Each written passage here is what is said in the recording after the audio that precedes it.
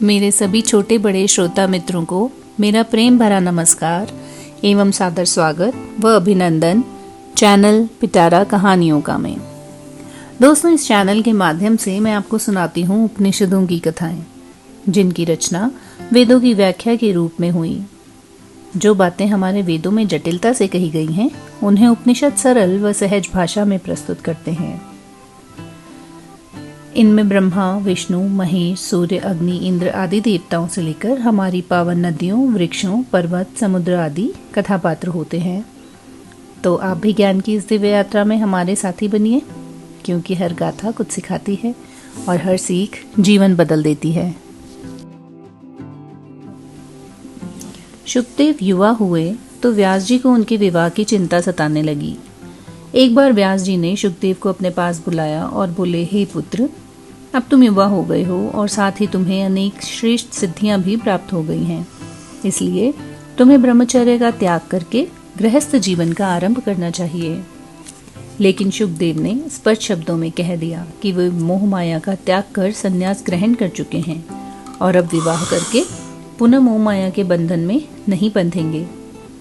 शुकदेव जी की बात सुनकर वेद व्यास जी बोले, पुत्र, विवाह करने के पश्चात मोह माया के बंधन में बंधना अथवा न बंधना यह मनुष्य पर निर्भर करता है।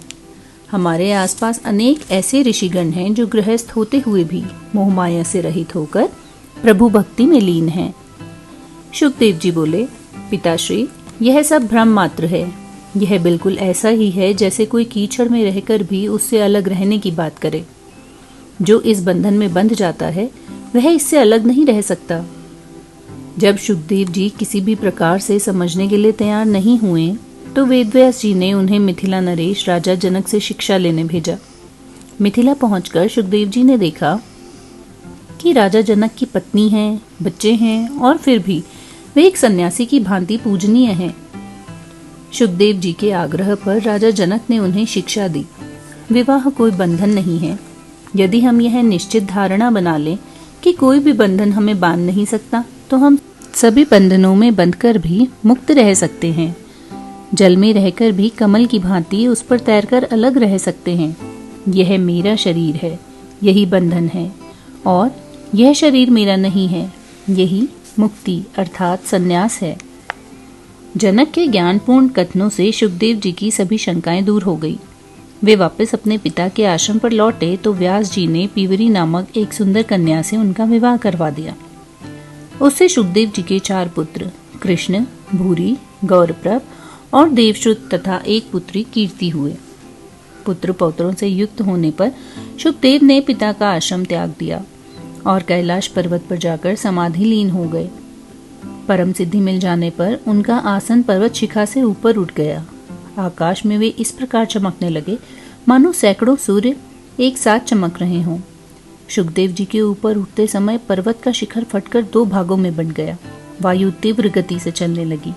अनेक ऋषिगण वहां आकर शुकदेव जी की स्तुति करने लगे। वहां पहुंच गए और फिर सबके देखते ही देखते शुकदेव जी दुर्गा देवी के परम धाम में चले गए। महर्षि व्यास जी पुत्र से शोक से व्याकुल होकर जल बिन मछली की भांति छटपटाने लगे। तब शंकर जी ने प्रकट होकर उन्हें समझाया कि उनके पुत्र को उत्तम गति प्राप्त हुई है तथा वे शोक ना करें। पिता को शांत करने के लिए शुकदेव जी ने उन्हें अपने प्रकाशमान प्रतिबिंब के दर्शन करवाए, जिससे संतुष्ट होकर व्यास जी पुनः अपने आश्रम में चले आए।